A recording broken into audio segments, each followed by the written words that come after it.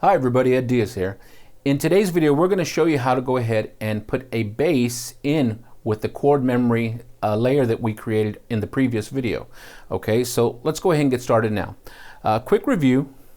Chord memory allows us to go ahead and with one finger go ahead and play complex chords on the keyboard. The only thing you need to know, and I'll press it so we can see, you need to know what type of chord form, and in this example I'm using a pop 1, but there's a whole lot of different chord forms available to you. I could use using that. I need to know what key, and all 12 keys are represented. And then, now remember, rolled chord is up or down or alternate. So if it's on the upper, it rolls up, so it goes from the lower notes and rolls to the higher notes. If it's down, it rolls from the higher notes down to the lower notes, and alternate, it goes between them every time you press the key. All right, so now we've covered that. Let's exit. I have my chord memory on once again, and here's what we did in the previous video. We went ahead and quickly layered 3 sounds: the electric piano, the Vox Pad 1, and strings. And here's how it sounds.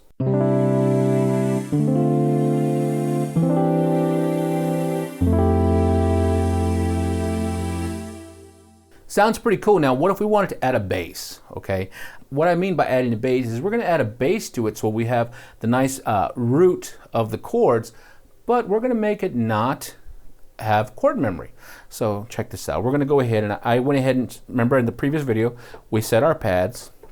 And just a quick review: if you want to learn all the different options your pads can do, press Pad Utility, Pad Mode, and you can see the different options there. So I'm going to keep it how it is, and let's exit.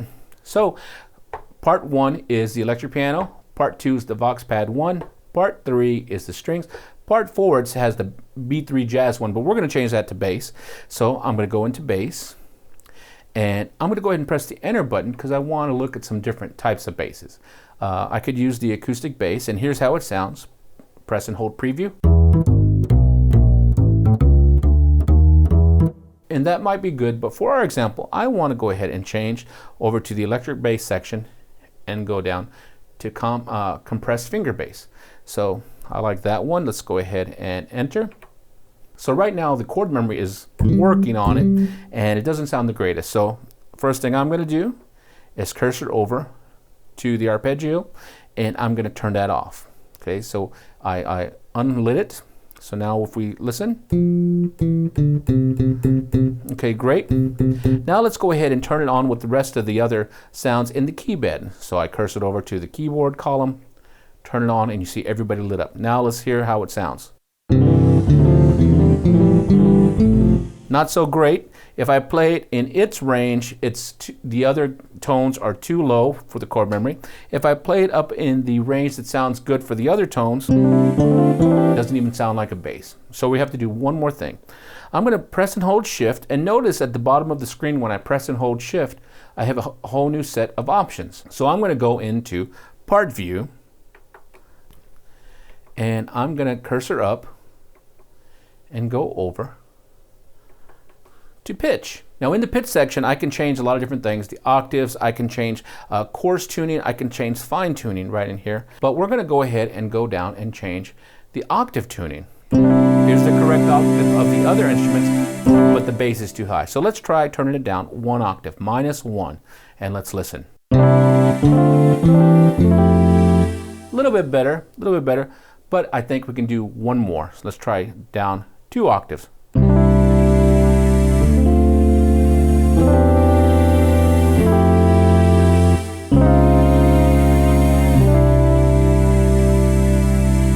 So that's pretty cool. Now with one finger, I can have not only the full chord rolled with other tones, so making a big sound, but now I can have a bass in there, not rolling chords, doing the chord memory, but just playing the single note. So it's like I have a full section just by playing one note.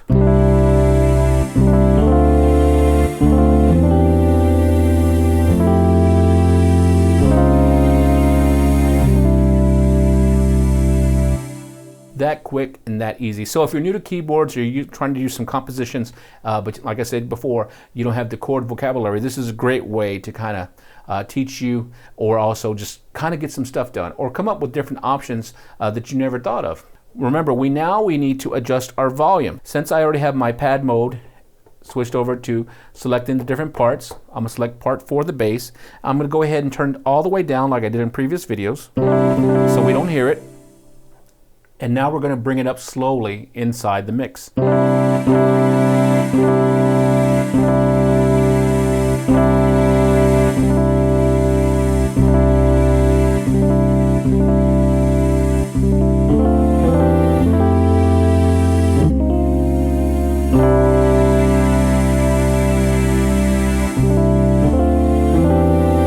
Great. So for me, that sounds great. I have all the 3 other layered sounds. I have them mixed nicely together, and I have that bass, which is also layered, but is 2 octaves down, and the chord memory is off at a good level of this mix. Let's go ahead and save this now. So I'm going to go ahead and press right.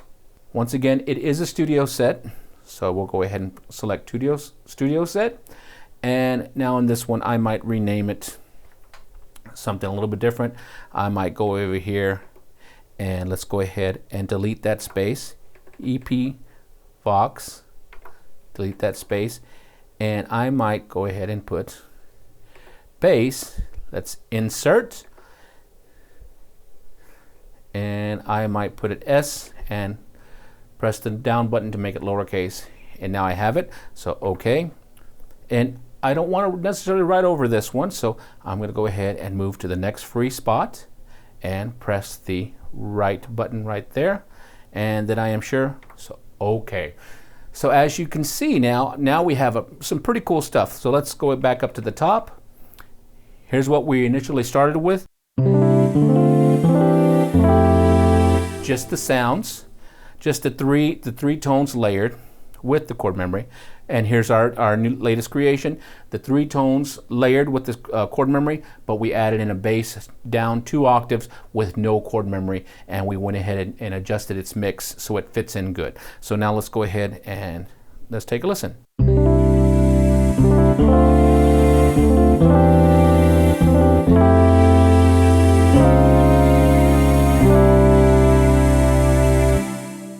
You guys go ahead and try this at the house, and make sure you check out the next video where we're going to add a lead on top, maybe 2 leads, and really fill up the studio set and really harness the power of the chord memory. All right, you guys take care, and we'll talk to you soon.